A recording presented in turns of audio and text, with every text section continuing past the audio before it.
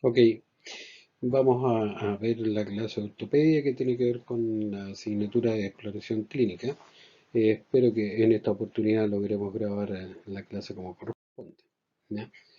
Una de las primeras cosas que nos interesa, ¿no es cierto?, es un poco de lo que corresponde a la historia de esto, que es el origen, por lo menos de lo que corresponde a la palabra ortopedia. Ya en el siglo XVIII se hablaba de esto, en 1743, un médico que tenía que ver con los niños que tenían los miembros relativamente chuecos, se dedicó a estudiar esto y hizo su primera publicación. Entonces, etimológicamente la palabra ortopedia proviene de lo que es la palabra ortos, que es derecho, y peidos, que es niño. ¿Ya? Con eso nosotros tenemos la opción, ¿no es cierto?, de poder tratar de mejorar los ejes de tipo longitudinales, ya sean coxavara o coxavalga, que son dos alternativas. Esta es la imagen de un humano, y otra de las cosas importantes dentro de lo que corresponde a esta parte de ortopedia en la parte de los humanos es el famoso arnés de Pauli, con varias modificaciones y que está asociado con lo que es la displasia de cadera. ¿Ya? Cosa que nosotros no podemos solucionar. En el caso de los niños se pone doble pañal o se pone estos arnés que abren las piernas para que la cabeza del fémur se meta dentro de lo que es el acetábulo, y esa es una alternativa que nosotros no tenemos.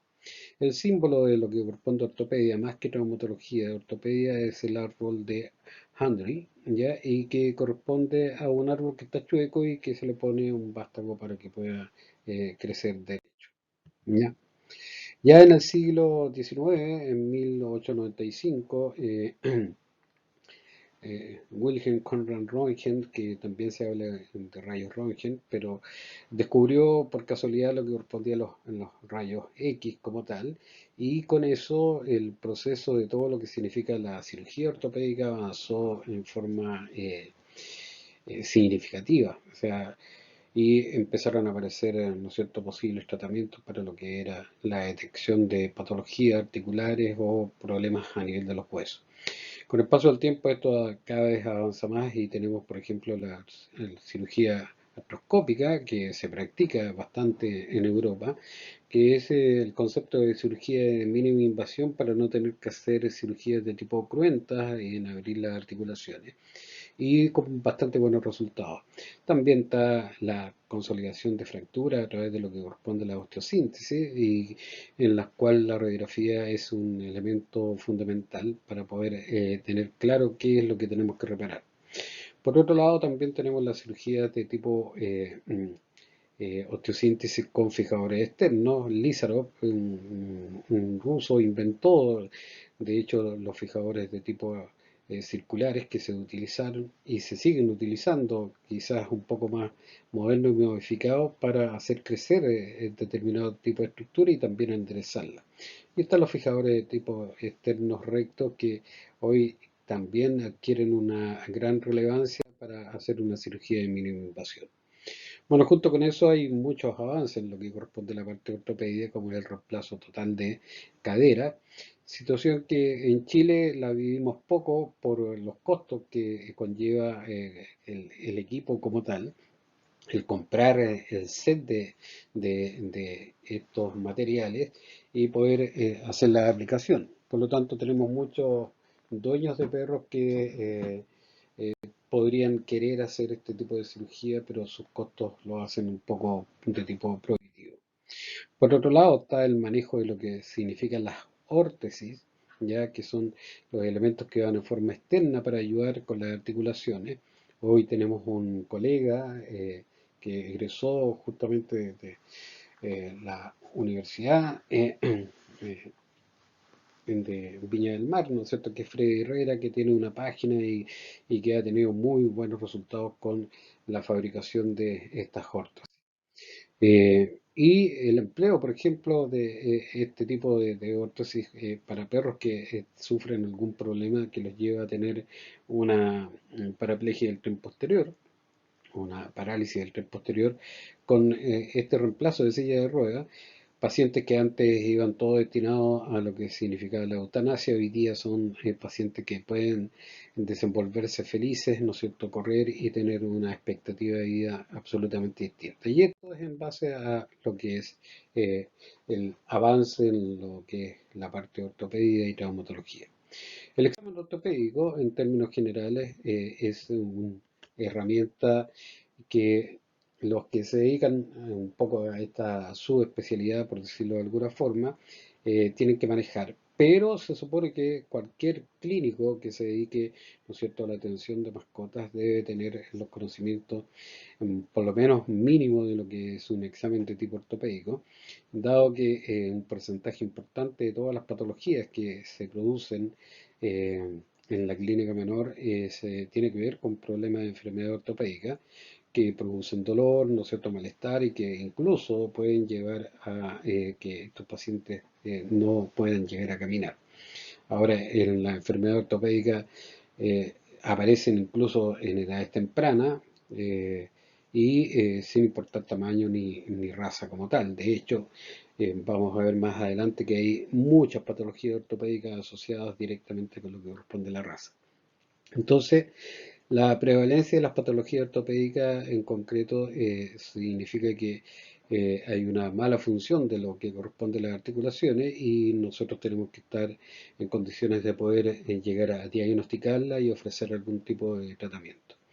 En el último tiempo, además, todo lo que corresponde a enfermedades ortopédicas ha avanzado mucho en felinos, que lo habíamos dejado un poco de lado y aún incluso hay muchas patologías que siguen siendo subdiagnosticadas como tal.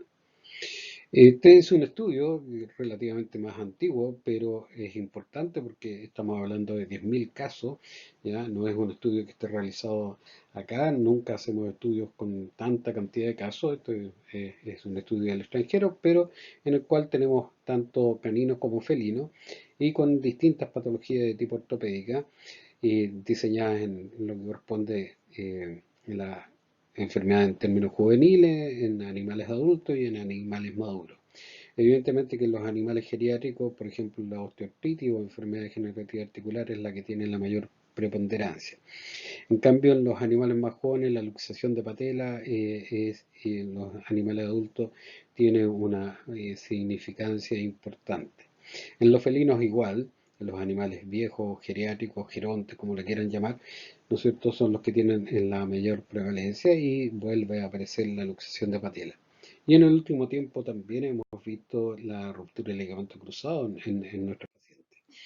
Este es el mismo estudio, pero centrado en lo que corresponde en la raza, ¿ya?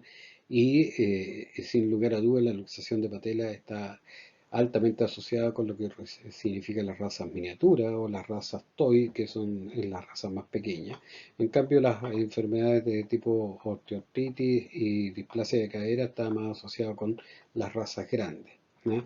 No quiere decir con esto que sean exclusivas, pero por lo menos el estudio demuestra que hay alguna tendencia de acuerdo al tipo de raza. ¿Mm?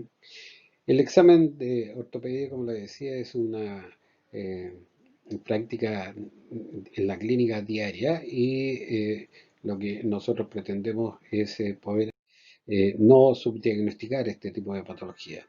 Hay un estudio, en este caso de la Universidad de Concepción, en el cual plantea que el 66% de los caninos ya presentan enfermedades musculoesqueléticas entre la edad de 1 año y 8 años.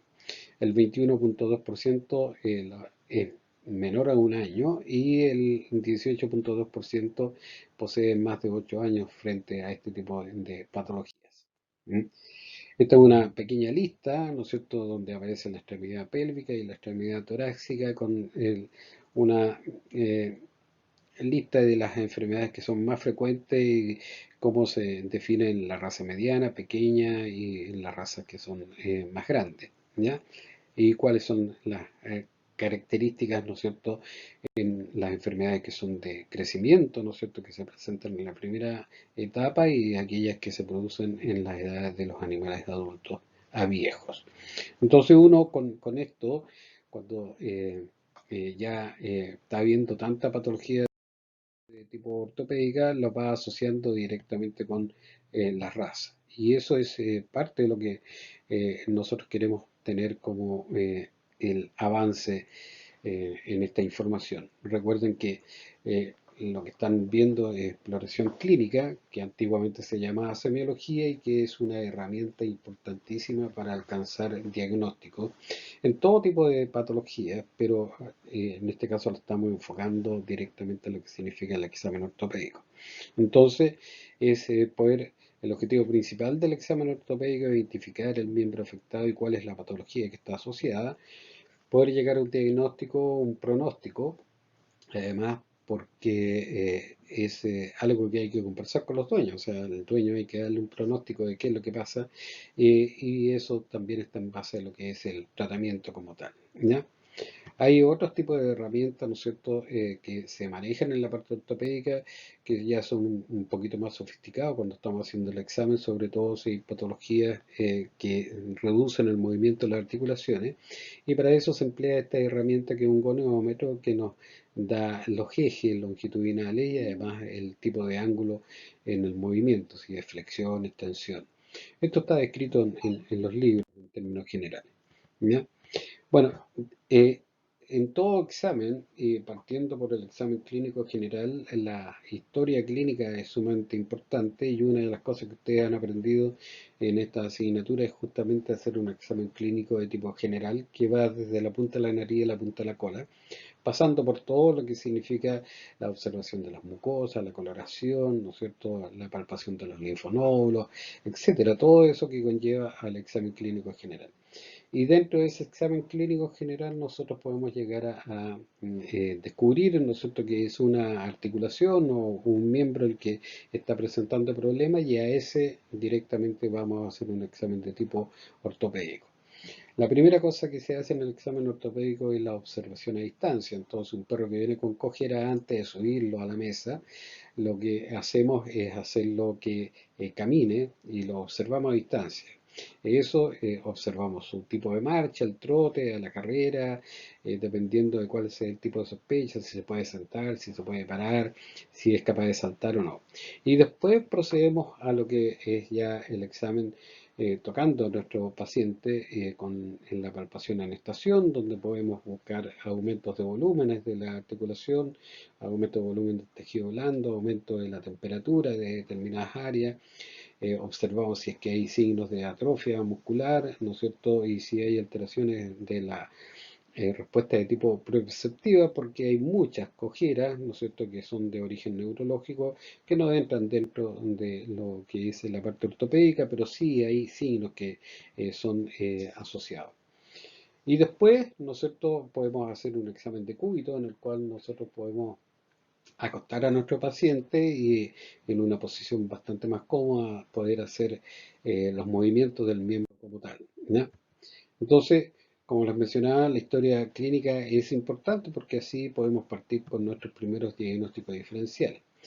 En la historia clínica conocemos la edad, ¿no es cierto? Y si es un paciente joven, podemos rápidamente pensar en aquellas enfermedades del desarrollo que pueden estar afectando a ese miembro, o si es un paciente geronte, también podemos pensar en aquellas enfermedades que son de perros viejos, ¿ya? De perros que tienen patologías ya por su edad. También está en la historia, ¿no es cierto?, lo que corresponde a su raza y podemos asociar, de acuerdo a la raza, algunas de las patologías que se presentan con bastante más frecuencia en ella. Por ejemplo, hay algunas patologías que son de alta heredabilidad, como es la displasia de cadera, ¿ya? O como es la displasia de codo, o como puede ser en algunas de las patologías la tendencia a la luxación de tipo patelar, ¿ya? Entonces, de acuerdo a eso, seguimos intentando categorizar que hay perros que de menos de un año pueden presentar luxación de patela, que viene, digamos, por la raza necrosis vascular de la cabeza del fémur, una osteopatía de tipo hipertrófica, más que la osteopatía de tipo hipertrófica, la osteopatía de tipo nutricional, ¿ya?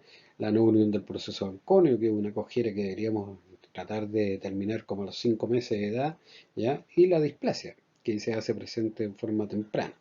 Después, en los caninos entre 1 y 8 años, nuevamente aparecen las mismas patologías, pero aparecen otras patologías como la enfermedad degenerativa articular o la inestabilidad lumbosacra, que entre la lumbar 7 y la sacral 1, ruptura del ligamento cruzado y en los animales más viejos, bueno, la enfermedad degenerativa articular y la presencia de neoplasias óseas, ¿ya? Que pasan a ser bastante más frecuentes.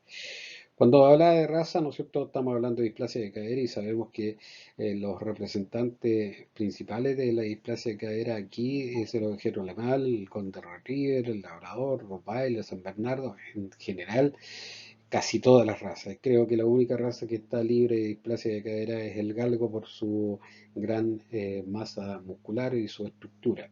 Y hoy día se suman además el bulldog francés, el inglés, el pug, casi todas las razas hoy día tienden a tener displasia de cadera. La no unión de proceso anconio, que mencionamos que era una patología que también aparece en el ovejero alemán, labrador, rottweiler, y que lleva en la no unión del proceso anconio a la displasia del codo.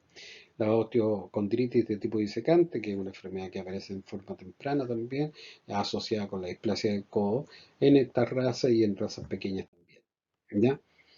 Bueno, luxación de patela básicamente en todas las razas, como les decía, que son razas toy, ¿ya? Entre esas los principales representantes, el Yorkshire, el Pug, el Chihuahua, el Pug como tal, ¿ya? Y razas grandes también las hemos visto en siberiano, mastín napolitano, pitbull, incluso en razas como el Akita.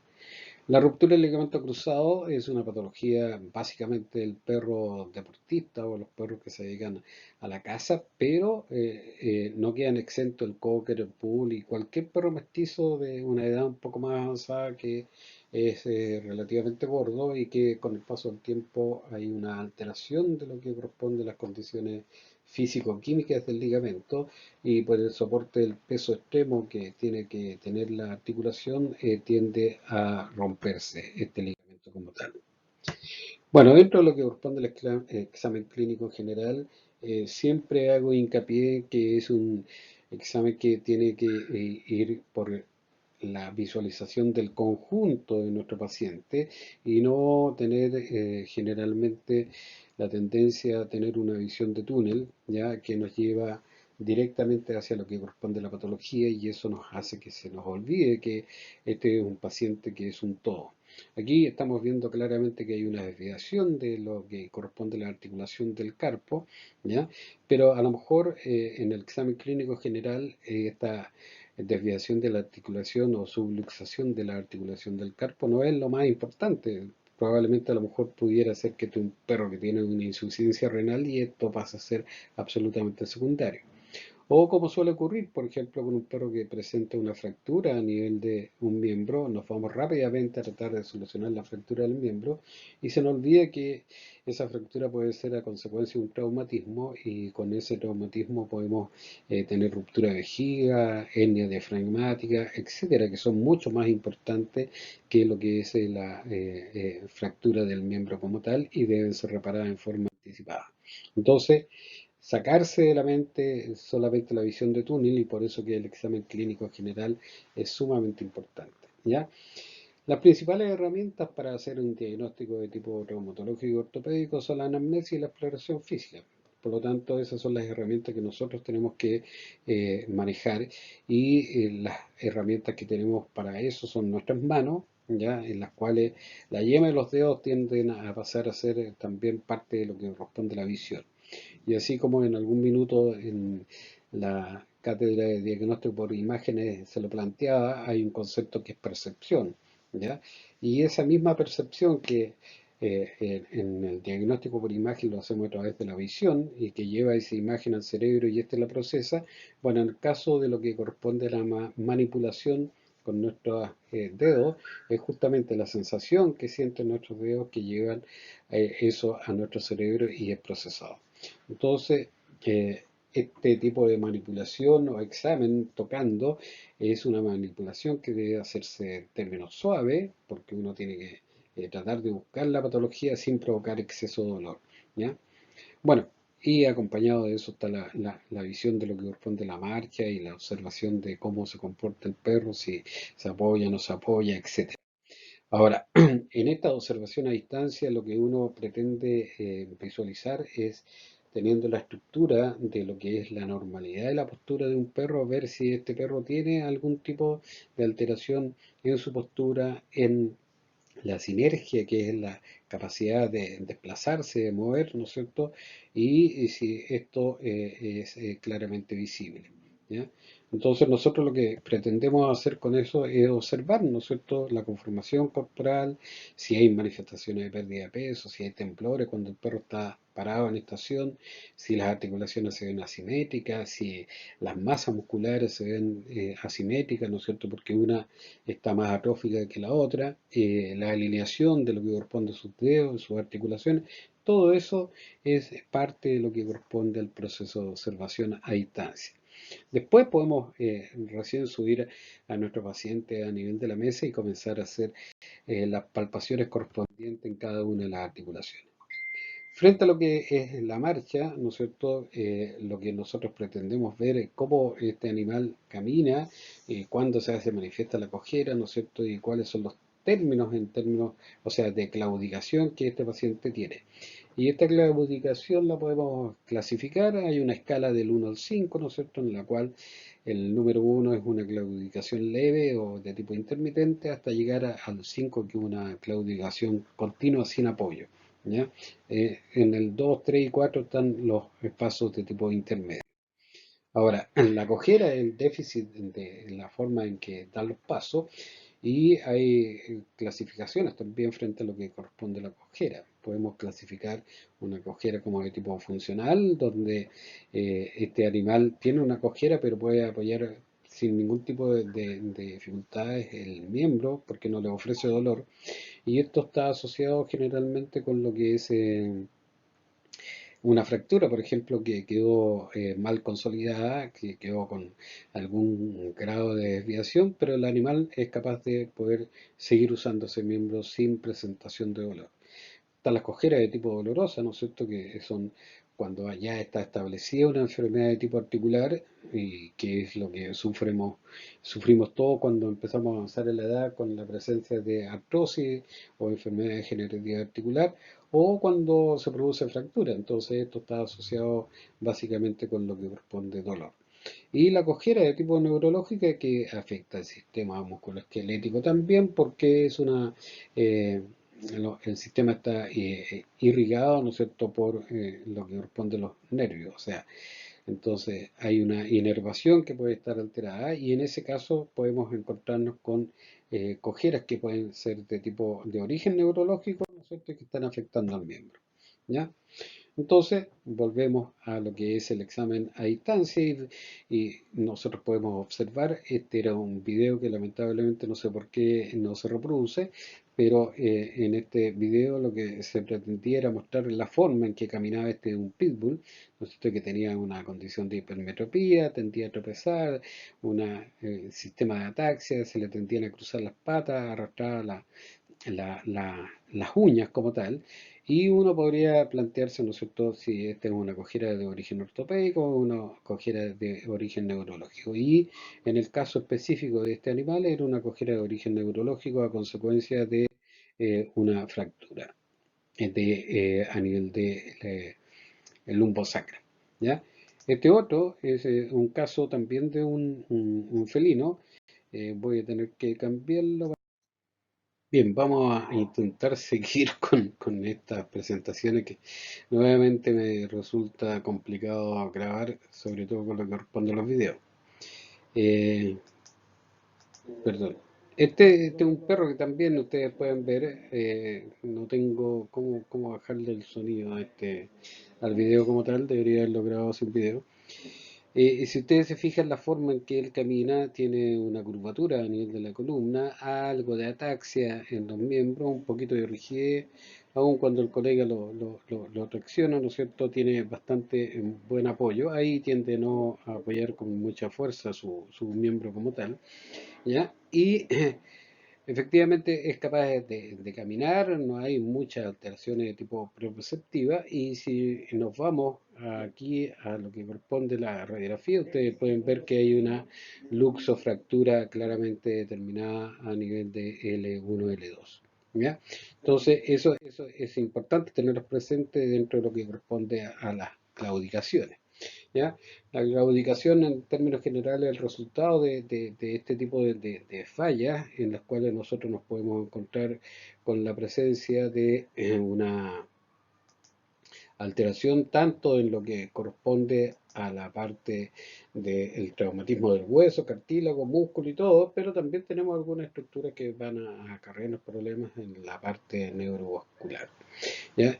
En la imagen pueden ver un miembro que tampoco está apoyado, con un miembro absolutamente doblado, algo se nota de atrofia de las masas musculares y especialmente donde está puesto el láser se puede percatar que hay una especie de úlcera, una lesión. Bueno, también es un problema de tipo neurológico que está asociado con una alteración del nervio radial.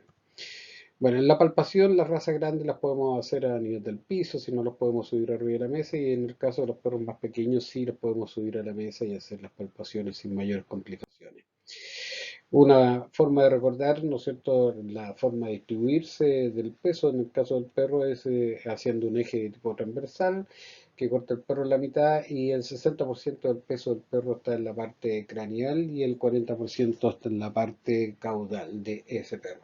Esto sobre todo para lo que corresponde a los estudios de biomecánica, de carga de peso cuando se aplican órtesis, que eso es un elemento que hoy día bastante se usa. Esto de lo que es la palpación en estación, ¿no es cierto?, nos permite, sobre todo con los perros y más con los perros que con los gatos, hacer una palpación de tipo simétrica, usando ambas manos nosotros podemos hacer la comparación, ¿no es cierto?, de qué es lo que corresponde a las articulaciones, ir palpando las dos articulaciones escapulohumerales, el codo, ir notando si hay algún tipo de inflamación, neoplasia, aumentos de volúmenes, y eso lo podemos ir comparando. Bien, logramos retornar a esta cosa, se me ha complicado más de la cuenta. Ya, a lo que me refería era que eh, en la forma de palpar uno puede sentir lo que estaba mencionando, inflamación, dolor, marcas, alteraciones, crépitos, atrofias de tipo musculares. Y además porque nosotros cuando sospechamos de un proceso de tipo patológico, como en el caso del perro de arriba, que sospechamos que tiene un síndrome de Caudequina, lo que estamos haciendo es palpar a nivel lumbosacro y el animal puede responder con signos de dolor, tender a sentarse, girar la cabeza, tratar de morder, etcétera, que son las condiciones características. Eso uno lo va manejando con el paso del tiempo. En el caso del examen de cúbito, ahí estamos examinando una rodilla porque tenemos una sospecha, hacemos exactamente lo mismo, o sea, lo que nos interesa es poder hacer un examen sin provocar mucho dolor en los animales y lo que estamos buscando, si hay presencia de dolor, no a seguir haciendo una compresión demasiado exagerada, ya haciendo una palpación relativamente suave, buscando los signos, no provocando con nuestras maniobras alteraciones como tal. El apoyo diagnóstico en este caso, ¿no es cierto?, es las imágenes, la radiografía es el más importante porque está más al alcance de todo. La artrografía la hacemos muy poco, la ecografía, hoy día se está practicando bastante ecografía a nivel de determinadas articulaciones, como es la rodilla. En todo caso, la ecografía para determinación de alteraciones de ligamentos se usa hace bastante rato en lo que es los equinos. Bueno, tenemos la tomografía axial computarizada o escáner, ¿no es cierto?, que en sí es una gran cantidad de radiografías que también nos permiten determinar patologías como tal, la resonancia nuclear magnética, que es la otra parte. Y tenemos la astroscopía, que es un medio de tipo diagnóstico, así como se usa la endoscopía, también podemos usar la astroscopía para visualizar qué es lo que pasa dentro de la articulación y junto con eso incluso poder llegar a intervenirla. Los estudios de líquidos sinoviales y las biopsias, ¿no es cierto?, a través de lo que es el apoyo del laboratorio. Entonces, siempre hay que tener claro que hay que tomar al paciente como un todo y en el caso de esto, lo que más nos interesa es poder tener claro que es un conocimiento de tipo interdisciplinario en el cual nosotros vamos a usar el laboratorio clínico, el apoyo diagnóstico, como en el caso de la artritis sería ideal, y también los laboratorios de anatomopatología, ¿ya? Importante que no se nos olvide que aunque estemos en una especialidad, nosotros somos generalistas y nuestro paciente es un todo por completo, ¿ya? Entonces la radiografía eh, es importante y el clínico o el ortopedista o quien sea, ¿no es cierto? En este caso tiene que ojalá solicitar radiografía en términos específicos. La tarea del radiólogo es cumplir con esa orden que es específica y para eso utilizar todos los armenículos especiales, ¿no es cierto? Son los posicionadores para que la radiografía salga lo mejor posible y que tengamos un buen diagnóstico, ¿no es cierto? Como le ocurre a la rana René. Pero si la orden radiográfica no viene especificada y vienen órdenes de tipo generales como miembro completo, etcétera, evidentemente que no podemos pedir una cosa mucho más importante.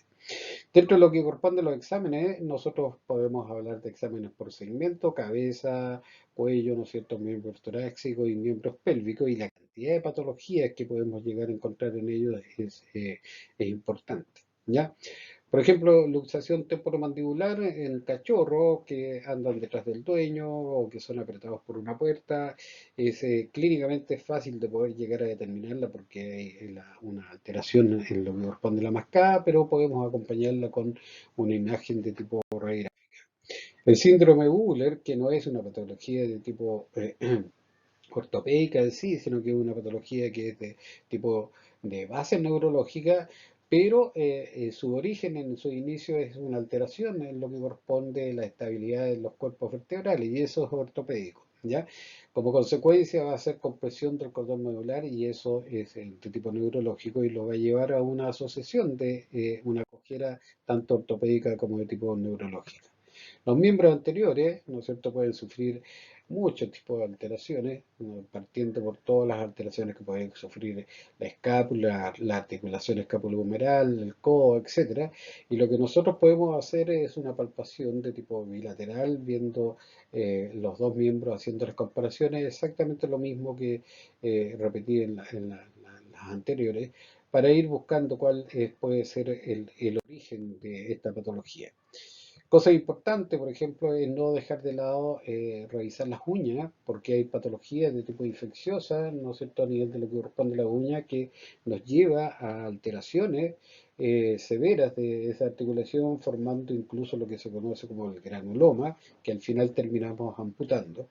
O cojeras que son de tipo persistente exclusivamente porque no hicimos un buen examen a nivel de los espacios interdigitales que están entre medio de los pulpejos eh, o almohadillas, ¿no es cierto?, plantares, y que se llenan de hongo y que provocan una severa irritación. Entonces, no dejar de lado ese tipo de eh, exámenes. A nivel de lo que corresponde a la articulación, en casi todas ellas tenemos que pensar en lo que es la palpación, flexión, extensión, rotación de la articulación, palpar todas las articulaciones de la falange, que también a veces se nos pasan, sobre todo pensando en que hay algunas patologías, perdón, problemas de tipo traumáticos que pueden afectar los sesamoides, que son estos pequeños huesecitos, y que va inserto un ligamento, que pasa un ligamento por ello y que puede significar cojeras importantes. Aquí estamos viendo un aumento de volumen de la eh, eh, eh, falange como tal, pero básicamente a nivel de lo que corresponde el proceso ungal, ¿no es cierto?, como tercera falange y la segunda, y que está formando un granuloma que termina, como les decía recién, con la amputación de ese segmento. A nivel de los carpos, metacarpos, hacemos exactamente lo mismo, una buena palpación, y la imagen que estamos viendo aquí, por ejemplo, es una respuesta del periósteo con un sistema de empalizada, que es creación de nuevos huesos, que no solamente se está dando a nivel de los metacarpos como tal, sino que también a nivel de la falange, a nivel de la ulna y a nivel del radio, y que está asociado con una patología que tiene que ver con una osteopatía de tipo hipertrófica, que tiene una asociación con un problema de tipo neoplasia primaria pulmonar, ¿ya?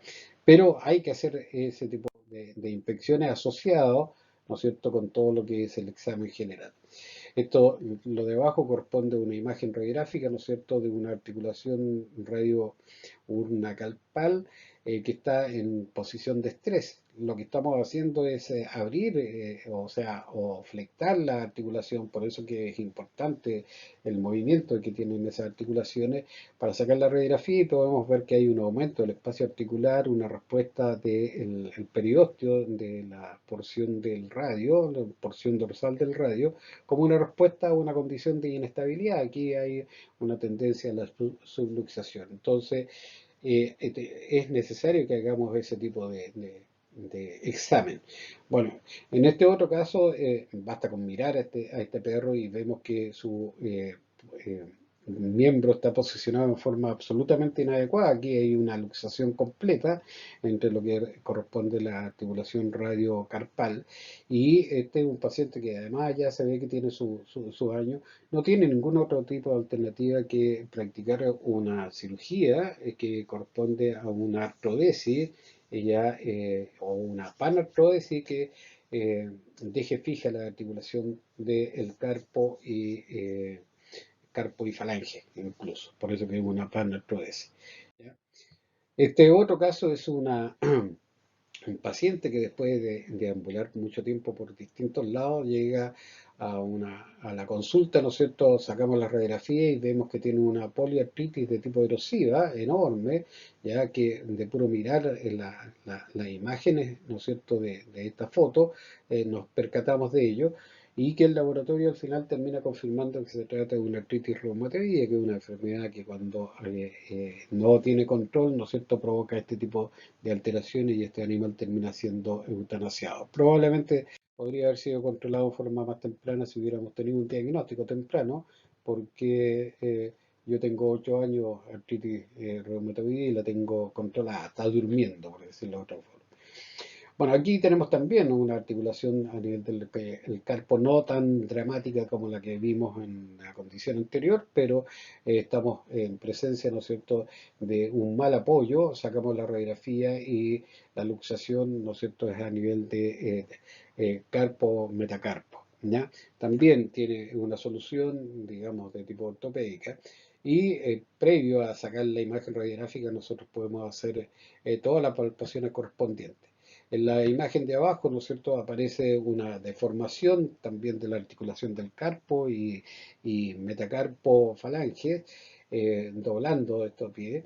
Esto se presenta en cachorro, sacamos la imagen radiográfica, ¿no es cierto?, y podemos ver claramente que hay alteraciones a nivel de las zonas metafisiarias de tanto radio como ulna, y esta sería una osteopatía de tipo alimentaria. Estas patologías antes se hablaba de raquitismo, se hablaba de escorbuto, pero con el paso del tiempo nos percatamos que tiene signos semejantes a lo que era eso, pero no es directamente lo que corresponde, ¿ya?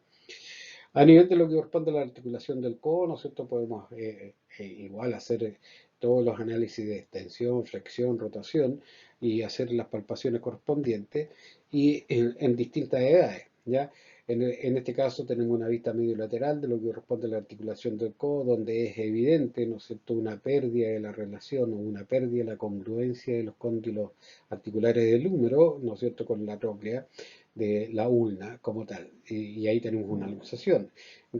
Y en cambio en esta otra imagen nosotros tenemos que es un perro maduro, hay casi pérdida de lo que corresponde a la cicatriz fisiaria, y estamos viendo esta estructura que aparece como que si fuera una fractura, y es la no unión del proceso anconio, que a los 5 meses debería estar fusionado, pero este es un animal que ha pasado un año y tanto, probablemente sin que le hayan hecho el diagnóstico y empieza a haber deterioro de su articulación, ¿ya? Entonces es importante poder tener eso en forma documentada como es con la radiografía, pero nosotros podemos llegar a ese diagnóstico en forma de palpación, o sea, aquí se está palpando el codo y con el dedo gordo o el dedo pulgar en realidad, está metiéndolo por detrás de lo que corresponde a los cóndilos articulares para palpar la zona si hay signos de dolor y eso nos llevaría casi a confirmar que estamos en presencia de la no unión de un proceso ancorio. Entonces, sumamente importante lo que corresponde a la palpación, ir palpando, ¿no es cierto?, ver los signos de dolor, los signos de crépito, los aumentos de volumen, etcétera, aunque parezca repetitivo, en cada una de las articulaciones, que son hartas las articulaciones que debemos palpar en nuestros pacientes, debemos hacerlo. Se transforma en una rutina y con esa rutina nosotros podemos trabajar prácticamente. En los libros van a encontrar técnicas, ¿no es cierto?, de palpación, por ejemplo, aquí la palpación de la articulación escapulohumeral, flectando o haciendo extensión de lo que corresponde al miembro, cómo se pone la mano. Y cuando tenemos ese tipo de sospecha, nosotros vamos y pedimos una radiografía. Ojalá una radiografía en términos específicos. Si yo tengo la sospecha de una osteocondritis disecante o una osteocondrosis, a nivel de lo que corresponde a la cabeza del húmero, tengo que pedir una radiografía que se enfoque, que el foco directo esté en la articulación, de tal manera que yo pueda ver, ¿no es cierto?, el borde de lo que corresponde a la cabeza y encontrar este pequeño efecto, que si no lo tengo claro se va a pasar, no lo vamos a ver. Y esto es una osteocondrosis, ¿ya? Se transforma en osteocondritis desecante cuando el segmento este se transforma en un segmento como un ratón articular de tipo mineralizado. O aquí tenemos otra imagen, ¿no es cierto?, de la cavidad glenoidea, que la tenemos aquí en la porción de abajo, ya la escápula, el cuello de la escápula, la espina de la escápula, y lo que está por aquí encima y que hace que se vea bastante más radiopaco es la cabeza del húmero. Con esa vista, aunque siempre estamos hablando de dos vistas, yo puedo decir que está luxado la articulación. En el caso de los miembros posteriores, el sistema va dirigido exactamente igual que en los miembros anteriores, a hacer las palpaciones en las zonas que están más afectadas. Y hay técnicas, por ejemplo, para poder sospechar si es que tenemos alterada la articulación coxofemoral, lo que nosotros debemos hacer es poner un dedo en, en la cresta del ilion, otro en el trocánter mayor y el otro en la tuberosidad isquiática. Y con eso, ¿no es cierto?, nosotros podemos tener casi la certeza con la formación de este triángulo de tipo escaleno de que la articulación está en su sitio. ¿Ya? Cuando se pierde esta relación, ¿no es cierto?, como tal, de ser un triángulo se transforma en una línea bastante más recta. Eso mismo también lo podemos hacer no solamente en la luxación de cadera, sino que lo podemos hacer con la enfermedad de Gadberg-Pert. Bueno, la displasia de cadera es una patología en la cual ustedes han escuchado hablar enormemente porque tiene un carácter de tipo hereditario, es altamente heredable, pero además tiene influjo de tipo genético y ambientales, ¿ya? Hay una participación de tipo multifactorial para que esta patología esté tan presente y en el fondo sea de gravedad más o menos, ¿ya? Porque mientras no se haga un trabajo con lo que corresponde a la articulación, en la parte medicamentosa, el deterioro de la articulación se va haciendo cada vez más grande, ¿ya? Bueno, es una patología que también afecta al gato doméstico. Antes no lo pescábamos al gato doméstico, pero hoy día sí lo afecta y específicamente más a las razas que son gigantes como el gato malo. La imagen radiográfica que está aquí abajo, en la cual pueden ver una alteración de la congruencia de la cabeza y la cavidad del acetabular en ambos lados, ¿no es cierto?, corresponde a una alteración de displasia en un gato, ¿ya?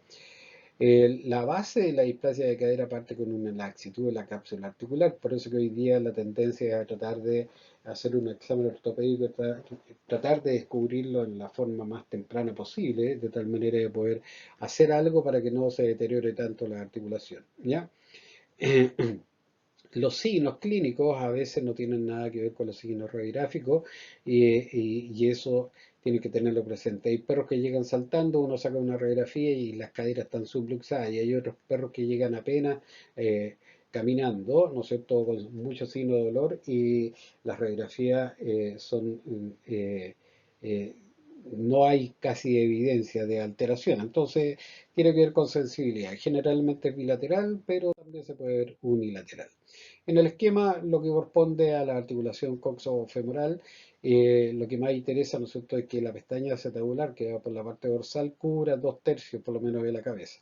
Como hay un proceso de laxitud de lo que corresponde a la cápsula articular, esta tiende a empezar a salirse y en ese juego de entrar y salir, va alterando los márgenes del acetábulo y también los márgenes de la cabeza, llevándolo hasta una artrosis con el paso del tiempo. Nosotros aún seguimos haciendo radiografías vistas ventrodorsal con los miembros extendidos, que es la forma en que sacan las radiografías los europeos, ¿ya? Porque ellos hacen la medición del ángulo de Norberg, que es identificando el centro de las cabezas, se tira una línea, después una línea tangencial sobre cada uno de los bordes dorsales del acetábulo, que debe marcar un ángulo. El ángulo de normalidad es 105 grados, todo lo que empieza a descender de 105 grados está considerado como una displasia, ¿ya? Entonces, eso va alterando la condición de lo que corresponde a la cabeza y la cavidad acetabular, ¿ya? Eh, Hay que tener un poco claro, digamos, que hay diferencias dependiendo de la raza, de la profundidad del acetábulo, de la forma de la cabeza y también de la forma del cuello, pero la congruencia articular va a seguir siendo siempre lo mismo, ¿ya? Sin importar ese tipo de detalle. Esta corresponde a la Federación Sinológica Internacional, que le da 5 grados, ¿no es cierto?, en el normal hasta el grave, mostrando lo que debería aparecer como alteración de la congruencia y deformación de las cabezas articulares. Hoy día hay una enorme cantidad de presentaciones, ¿no es cierto?, en las cuales podemos tener la clasificación de la OFA, la clasificación de la Sociedad de Ojeros Alemanes, etcétera, pero todas ellas, en el fondo, aunque pongan que es leve, desde ya están indicando que tiene displasia de cadera y eso es importante que nosotros lo tengamos presente porque como tiene alta heredabilidad, la primera recomendación que tenemos que hacer es que dejen de cruzar a esos animales. Ahora, la gente porfiada no los deja de cruzar, siguen existiendo altas tasas de displasia de cadera, luxación de patela y otro tipo de enfermedades. Eh, y bueno, mal por los animales, pero bien por los médicos veterinarios, porque seguimos teniendo pega. Este es un representante aquí, sobre todo en la quinta región, junto con el Joder alemán, el Rottweiler, el Golden, de displasia de cadera, ¿no es cierto? Incluso en forma bastante temprana, ¿ya? Hay criaderos aquí que tienen altas tasas de displasia de cadera y que no hacen caso y lo siguen practicando.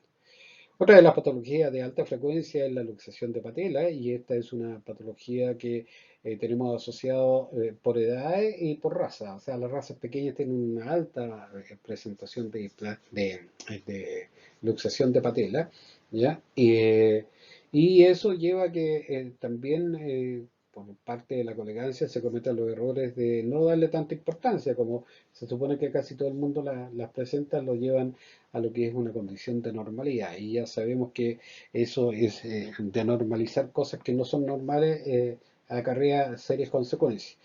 Ahora, en el caso de la luxación de patela hay 5 grados, el grado uno lo voy a explicar en la siguiente imagen. El grado uno es muy leve, ¿no es cierto? El grado 4 es un grado bastante severo. Espero que de nuevo no empecemos con los problemas, ya. Partimos de nuevo con el problema de esta presentación. Ahí está, ¿ya? Ahí tenemos un perro que tiene 8 meses de edad, que lamentablemente, ¿no es cierto?, llega caminando de esa manera, como lo están apreciando ustedes ahí. Hay desviación de lo que corresponde no le logré bajar el sonido, mire cómo pone y desvía la tibia y todo. Entonces, este es un paciente que lo llevaron al veterinario, estos dueños responsables, a poner la vacuna. Y en la primera etapa, lo primero que hicieron el colega fue diagnosticarle que tenía efectivamente una displasia, o sea, perdón, una luxación patelar, pero que consideraba que le diéramos tiempo para que viéramos cómo se comportaba a través de los meses. Bueno. Los meses en el caso de nuestros animales no es lo mismo que los meses en el caso nuestro y evidentemente que si pasan 6 meses, 7 meses con una patología, esta se transforma en una patología bastante crónica. Entonces, la intención es que la patela siga permanentemente dentro de lo que corresponde al surco, ¿ya? troclear que tiene, llevando, ¿no es cierto?, el ligamento patelar a la cresta de la tibia y manteniéndose estable, jugando en ese espacio. Cuando la patela se tiende a luxar, se salta de lo que corresponde el surco como tal, y como la masa del cuádriceps es una masa muscular bastante más grande, que lo que consigue que el ligamento patelar empiece a rotar la tibia, la va desviando. Y eso agrava un poco la enfermedad. Entonces, esa imagen, esta imagen que está aquí, si sacamos un corte como tal desde la parte alta, aquí tenemos la patela, está dentro del canal troclear y ahí está la cresta de la tibia, están alineados. En el grado 2 nosotros podemos movilizarlo un poco, va y entra y se devuelve rápidamente. En el caso del grado, perdón, en el grado 1 apenas la movemos, ¿no es cierto? Y no tiende a saltarse y no hay ningún tipo de desviación. En el grado 2, ¿no es cierto? Ya podemos sacar la patela y esta se devuelve, pero ya hay un juego y la tibia tiende, al hacer ese juego, ¿no es cierto?, se tiende a desviar un poco. En el grado 3 la patela está permanentemente fuera y ya no hay, cuesta mucho llegar a devolverla y hay 30 grados por lo menos de desviación de la cresta de la tibia. En el grado 4 tenemos la patela también permanentemente afuera y casi hay 90 grados de desviación. Aquí está la clasificación de lo que corresponde a la luxación medial de la patela, que es una patología, como les digo, de alta frecuencia. Vamos a ver, este es un video también que espero que funcione. Ahí está, ¿ya? Es un perro que está preparado ya para lo que corresponde la intervención como tal y lo que estamos haciendo es hacer un movimiento de rotación, ahí se salta, ahí vuelve a ponerse en su posición, ya está dentro, la volvemos a sacar, ¿no es cierto? Y vuelve a ponerse. Y pueden ver la atrofia de las masas musculares del cuádriceps que está presentando este paciente, porque es un paciente que lleva bastante tiempo con esa patología. No es tan severa la rotación de lo que corresponde a la tibia, o sea, este es un paciente que es factible que volvamos a poner la patela dentro de lo que corresponde al surco, haciendo una técnica quirúrgica que es la surcoplastía, profundizando el surco, y si así todo se tiende a saltar, tenemos que hacer una ostectomía o el corte de la cresta de la tibia y hacer el trasplante, trasladarla, para que ésta se mantenga en su posición adecuada. ¿Ya? Bueno, las imágenes radiográficas son elocuentes, en este caso la patela debería estar donde estoy marcando con el láser y no está ahí, en esa posición, en esta vista medio lateral de esa rodilla y lo mismo en la vista medio lateral de la otra rodilla. También está la patela en esa posición. Cuando hacemos una vista cráneo-caudal de lo que corresponde a la rodilla, nosotros podemos encontrar la patela ahí donde está el láser y ahí en la otra posición donde está el láser, debiendo estar aquí. ¿Ya? Bueno, como está en esa posición ya tiene una torsión de lo que corresponde a ambas tibias y ustedes pueden fijarse que hay un claro desajuste en lo que es el espacio articular. Hacia lateral está abierto y hacia medial está cerrado justamente porque ahí es donde se está provocando la desviación. Para solucionar problemas de tróclea, ¿no es cierto?, que están absolutamente destruidas porque la patela entra, sale o hace este tipo de complicaciones, ahí alcanzamos a distinguir que está la patela, ¿ya? Y lo que se hace es cortar el área donde va la tróclea y hacer un reemplazo poniendo una prótesis, ¿no es cierto?, en la cual la patela, que es de este estilo, ¿no es cierto?, en la cual la patela que está aquí va a correr, ¿ya? Entonces queda puesta esa prótesis y es una técnica que apareció hace 4 o 5 años atrás como presentada en el Congreso Internacional de Traumatología, ¿ya? Evidentemente que es una técnica cara, hasta aquí adquirir la cajita para poder hacer ese trasplante de patela cuesta como 2,5 millones, entonces no todo el mundo está dispuesto a invertir en todo el equipamiento para que después la gente no quiera pagarla o encuentre que es una cirugía extremadamente cara. Otra de las cirugías de tipo ortopédica o sea, perdón, de las patologías ortopédicas frecuentes es la luxación coxofemoral y en este caso estamos hablando de una luxación que está asociada con eh, la salida de la cabeza del fémur del acetábulo. ¿Ya? Esta es la posición típica que tienen los perros que tienen en la luxación, cruzando el miembro por debajo. ¿Ya? Tenemos dos presentaciones en términos generales que son las que más se producen y que de alguna forma son un poco más beneficiosas, por decirlo, ya la presentación cráneo-dorsal, donde la cabeza se monta en la parte dorsal y craneal de la pelvis como tal, y la presentación caudo-dorsal, que es la que menos queremos porque la cabeza se monta sobre la escotadura isquiática y eso puede provocar daño en el ligamento como tal. ¿Ya? Están las presentaciones de tipo ventrales, pero que son menos frecuentes. ¿Ya? Y esto es una repetición de lo que ya les había mencionado. Nosotros ponemos el dedo en el ala del ilion, en el trocánter mayor y en la tuberosidad del isquion. Y si este se mantiene el triángulo de tipo escaleno, quiere decir que estamos con una articulación bien. Pero si este triángulo se hace cada vez más lineal, nosotros entonces tenemos que sospechar de que estamos en presencia de una luxación coxofemoral. La mejor forma, sobre todo con pacientes de pequeño tamaño, es ponerlo en decúbito dorsal y estirar ambos miembros. Siempre con la presencia, ¿no es cierto?, de una patología a nivel de la articulación coxofemoral, vamos a tener una diferencia de lo que es el miembro como tal. Uno va a ser más largo y el otro va a ser más corto y eso nos confirma esa condición. Vamos, si no, a hacer una imagen radiográfica y esta imagen radiográfica, ¿no es cierto?, nos muestra aquí una articulación coxofemoral normal con la cabeza metida dentro de lo que corresponde al acetábulo. En cambio, aquí tenemos un acetábulo, ¿no es cierto?, que está vacío porque la cabeza está luxada, se salió de la cavidad acetabular. ¿Ya? Ahora, si es dorsal o es ventral, bueno, eso uno lo ve después mirando la radiografía en forma un poco más detenida, qué tan radio opaco está la cabeza como tal, pero no es importante por lo que estamos visualizando. Otra patología frecuente en esto también es la necrosis vascular de la cabeza del fémur, que es una patología, ¿no es cierto?, que se presenta en razas pequeñas y en edades tempranas. O sea, a los 4 meses, 5 meses nosotros podemos llegar a determinar la presencia de esta patología. Tengo una patología, ¿no es cierto?, que generalmente es solamente unilateral, ¿ya? Aquí tenemos una articulación coxofemoral de tipo normal y aquí tenemos la patológica. La necrosis como tal o enfermedad del Lecter-Perte se supone que su origen, que no está claro porque no es exactamente el mismo origen que lo que ocurre en los humanos, hay una alteración de lo que es la irrigación y la cabeza tiene una lisis y una destrucción, digamos, del hueso. Eso provoca signos de dolor y alteración de la cavidad acetabular. Como esto es en forma temprana, este animal presenta dolor y se empieza a provocar atrofia de la masa muscular en comparación de los dos miembros. Generalmente terminan no haciendo apoyo de ese miembro y por el dolor, ¿no es cierto?, son animales que se ponen muy, muy idiotas, ¿ya?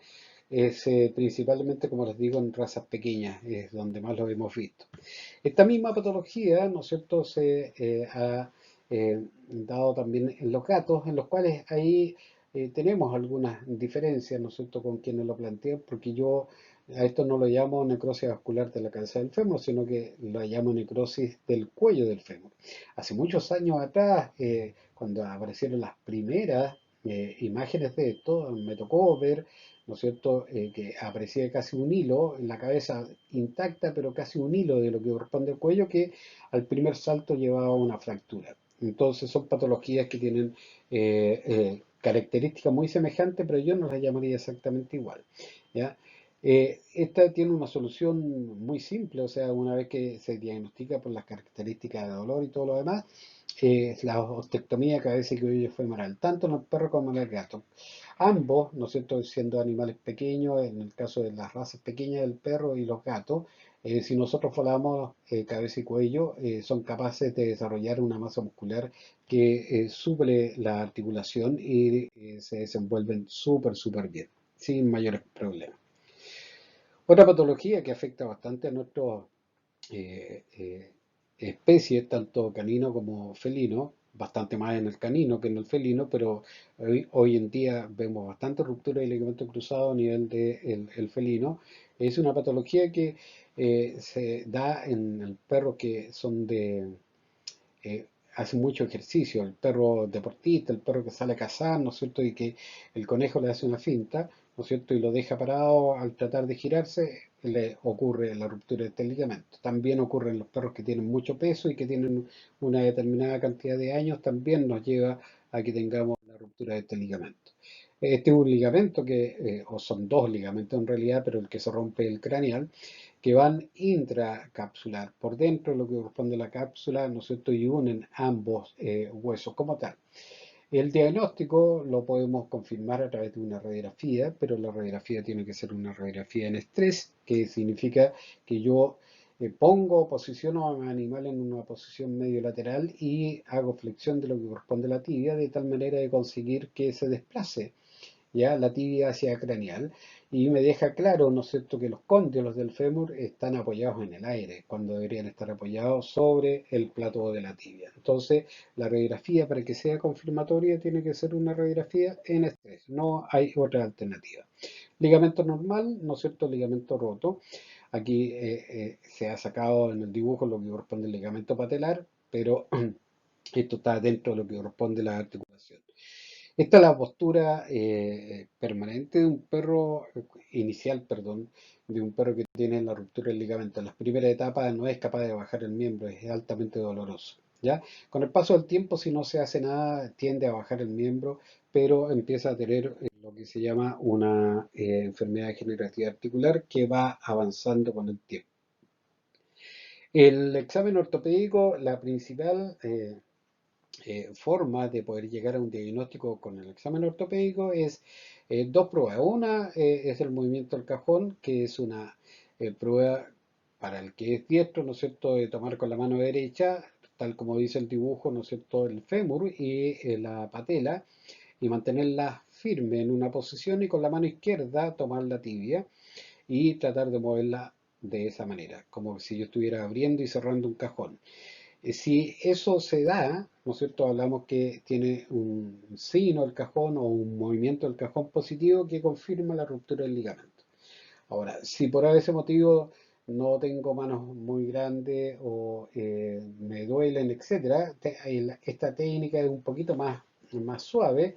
eh, Cambio la mano, no sé, pongo mi mano izquierda con el dedo índice sobre la cresta de la tibia y con la mano derecha lo que hago es flectar el tarso y extenderlo, flectar y extenderlo, y eso provoca que se desplace la tibia en forma craneal y que es otra de las confirmaciones de la ruptura de ese ligamento. Eh, Tenía un video de eso que en algunas oportunidades se lo he mostrado, pero lo saqué justamente por este enredo que en las presentaciones no me le dejan hacer como tal. Otra de las patologías que podemos encontrar en el crecimiento, porque si ustedes ven la imagen radiográfica, estamos viendo una epífisis, una fisis y una metáfisis a nivel del radio. Vemos la epífisis, la fisis y la metáfisis a nivel de la ulna. Pero en la ulna ustedes se pueden dar cuenta que hay estas líneas, ¿no es cierto? Y alteración de la radiopacidad, como que hubiera una especie de túnel, con una respuesta incluso de tipo marginal, que sería la alteración de la retención del ligamento del núcleo de crecimiento o el núcleo cartilaginoso en la metáfisis. Cuando esto avanza mucho más tiempo, ¿no es cierto?, se puede provocar en signos más severos de este deterioro. Y lo importante aquí es que la uña y el radio son dos huesos que crecen en forma simétrica o sincrónica, por decirlo, ¿ya? Y al crecer en forma sincrónica, bueno, los dos van adquiriendo el largo correspondiente, pero cuando se produce este tipo de patología y la urna deja de crecer y se va quedando chica, el radio sigue creciendo y como una forma de compensarlo se curva. Y esto es lo que lleva a la patología que se conoce como el síndrome del radio curvo. Es una patología que se presenta con alta frecuencia a nivel de los grandes, ¿ya?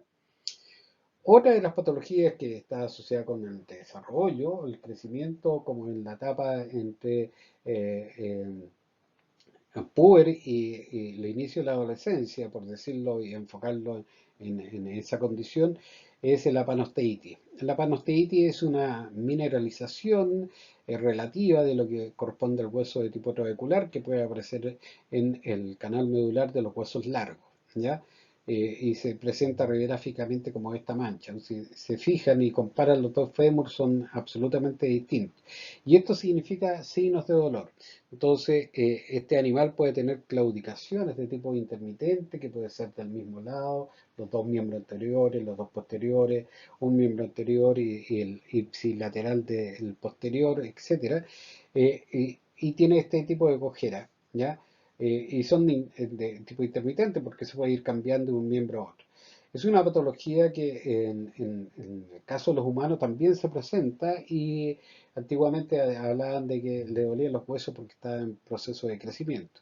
Bueno, tiene una ventaja que es una patología de tipo autolimitante, o sea, en la medida que va alcanzando la condición de adulto tiende a desaparecer. Tiende a desaparecer porque en algunos casos queda y se transforma en una condición severa, incluso con respuesta del periósteo, etcétera. Pero la normalidad, o lo más frecuente, perdón, no la normalidad, lo más frecuente es que tiende a desaparecer. Por lo tanto, nosotros hacemos tratamiento exclusivamente para la parte de lo que significa el dolor. Y aquí aprovecho de mostrarles, esto es una pelvis de un condro distrófico y ustedes pues, se pueden percatar que no existe cuello femoral casi. Ya la cabeza está casi pegada a lo que corresponde al trocánter mayor. No hay un cuello femoral, por lo tanto la inserción de la línea de inserción es distinta, pero igual podemos hablar de si hay aumento de los espacios de displasia de cadera en este tipo de perros. Y estamos entrando en lo que corresponde la última de las patologías, ¿no es cierto?, que es la inestabilidad lumbosacra, que tiene dos características. Una es si aparece en forma temprana, sobre todo en algunos perros como los poodle, y que hay sonido al moverse y uno hace la palpación de lo que corresponde las alas del ilion y las alas del sacro, estas se tienden a desplazar, ahí tendríamos un inicio de inestabilidad lumbosacra que podríamos reparar en forma temprana. Pero cuando ya estamos hablando de perros de raza más grande, ¿ya? Esto se empieza a presentar con perros que tienen más edad. La inestabilidad lumbosacra entonces se asocia generalmente más a lo que es los perros añosos. El principal representante sigue siendo el ovejero alemán o el pastor alemán, pero está el labrador, el golden y todos los otros, o sea, que ya hemos mencionado. En condiciones normales, todo lo que sería el segmento lumbosacro, esta es L7, ¿no es cierto? Un anillo intervertebral entre la L7 y el sacro articulado, ¿no es cierto?, por los procesos articulares dorsales, donde además aquí hay un ligamento, que es el ligamento amarillo, porque hay un espacio un poquito mayor entre las dos vértebras. Cuando empezamos con procesos de anormalidades, una de las cosas que se puede empezar a provocar es que se provoque una hernia de tipo discal. Esta hernia discal la mayoría de las veces es inducida por una subluxación del sacro que tiende a bajarse, formando un pequeño peldaño. Ese juego, ¿no es cierto?, hace que el material se salga y provoque una hernia como tal. Bueno, este tipo de movimiento, ¿no es cierto?, de la subluxación o espondilolistesis también lleva a una fibrosis del ligamento amarillo que está arriba, entonces tenemos un aumento de un tejido fibroso por la parte alta, que va a hacer compresión sobre la causa. Entonces esto se transforma en una área bastante dolorosa y por eso que el diagnóstico casi confirmatorio, en la parte del examen ortopédico, es el dolor en la zona cuando hacemos presión. El animal se tiende a sentar o tiende a tirar un mordisco, como les dije antes, ¿ya? Estos animales en términos generales tienen dificultades para levantarse y para echarse, ¿ya? Puede haber una cojera que es más bien una manifestación de ataxia en el tren posterior con mucha debilidad de esa zona, se tienden a cruzar las patas, a ir para el lado. Hay pocas manifestaciones de alteración de tipo proprioceptiva porque en sí mismo no está afectando el cordón medular como tal, sino que está solamente afectando lo que corresponde a la cauda.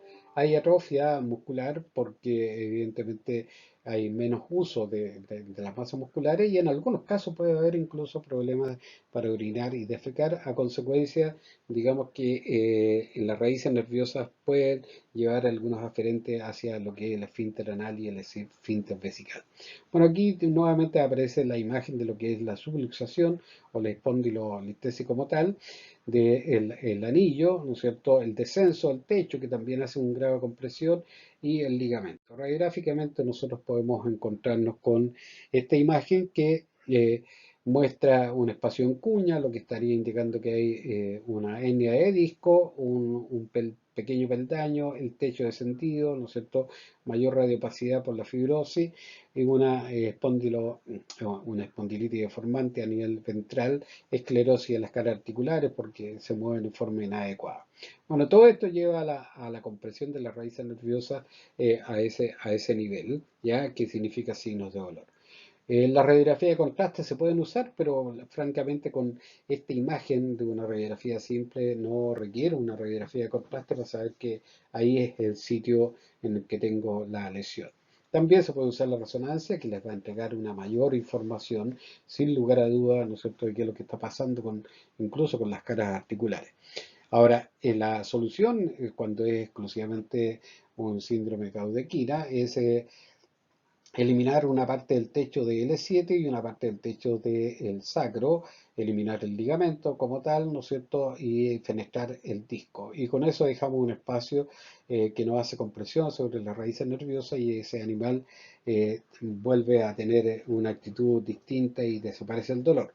Lo que sí tienen que tener claro que siendo un paciente, ¿no es cierto?, que tiene más años, no solamente a veces está afectado lo que corresponde al segmento lumbosacro, sino que podemos tener manifestaciones de hernia de lumbares en las partes más craneales de las vértebras lumbares, y en ese caso es un paciente que con esta cirugía no soluciona su problema de hernia como tal. Y en muchos casos los podemos operar de aquí y un paciente que al rato puede hacer una hernia con extrusión de material discal y deja de caminar. Entonces, eso hay que hacerle la advertencia al dueño para poder, no asegurarnos, pero sí advertirle nosotros que hay pacientes que de pronto después de la cirugía no son capaces de caminar. ¿Ya? Esta es la penúltima de las imágenes y corresponde a el ejercicio que todos nuestros pacientes en la parte ortopédica y no solamente en la parte ortopédica, sino que en la parte neurológica, hoy día se ven favorecidos por la fisiatría, ¿no es cierto?, que es la forma, ¿no es cierto?, de poder manejar las articulaciones, los músculos y recuperar las masas musculares, que es fundamental cuando se ha provocado cuadros de atrofia.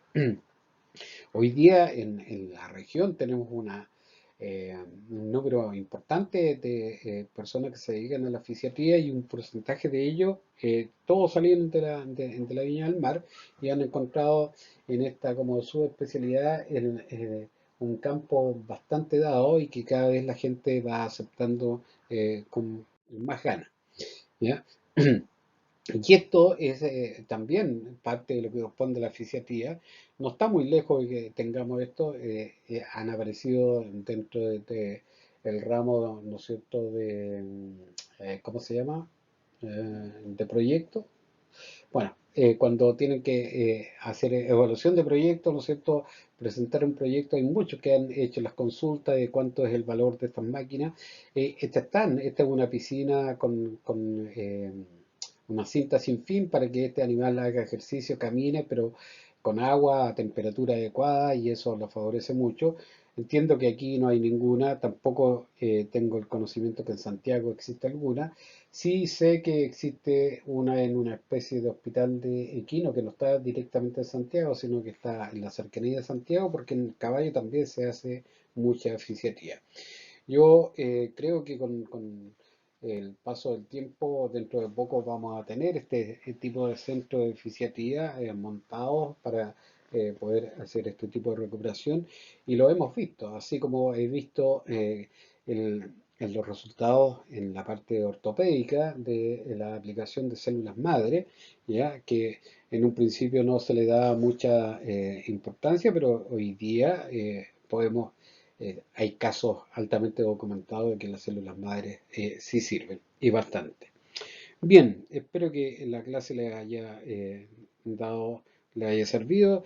Gran parte de esto es un recordatorio de lo que vimos o han visto, se supone que en otras, yo mismo le he mencionado muchas de estas patologías en práctica básica. Después hablamos de casi de lo mismo, un poco en diagnóstico por imágenes, en cirugía también le damos un capítulo importante, por lo tanto es una forma de irles repitiendo lo que ocurre y para que se les vaya quedando cada vez más grabado. Bien, nos despedimos entonces. Espero que ahora tenga grabado todo el audio y no tenga ningún tipo de complicaciones.